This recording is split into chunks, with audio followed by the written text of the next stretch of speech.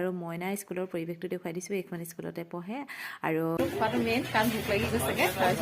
Time হৈ গ'ল। নমস্কাৰ জনাইছোঁ সকলো বন্ধু বান্ধৱীকে। মোৰ নতুন এটি নি ব্লগলৈ আপোনালোক সকলো ভালে আছেনে? মোৰো ভাল।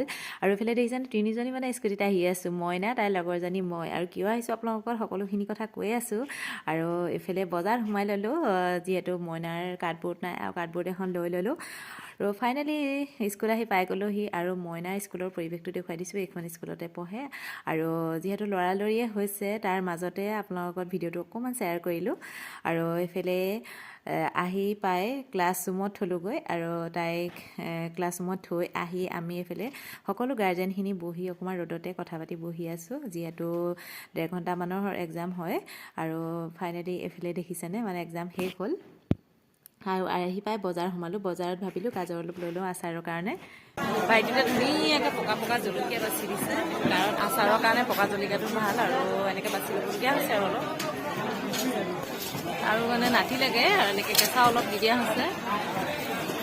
থেংক ইউ দেই। এইফালে বজাৰ চজাৰ কৰি আজৰি হৈ ফাইনেলি খাবলৈ আহিলোঁ। খোৱাটো মেইন, কাৰণ ভোক লাগি গৈছেগৈ। তাৰপিছত টাইম হৈ গ'ল। এইফালে মইনাহঁত পূৰা দোস্তিৰ লগত মিলি পূৰা ম'ম' খাব লাগিছে। হাঁহি হাঁহি খাই আছে আৰু, কাৰণ হাফ প্লেট লৈ দিছোঁ। আৰু মই এইফালে ঘুগুনি পকৰি মোক আৰু ইয়াৰ পৰা মাৰি দিব আৰু অলপ 50-50 মাৰি দিব খাব। আৰু এতিয়া খাই লওঁ আমি।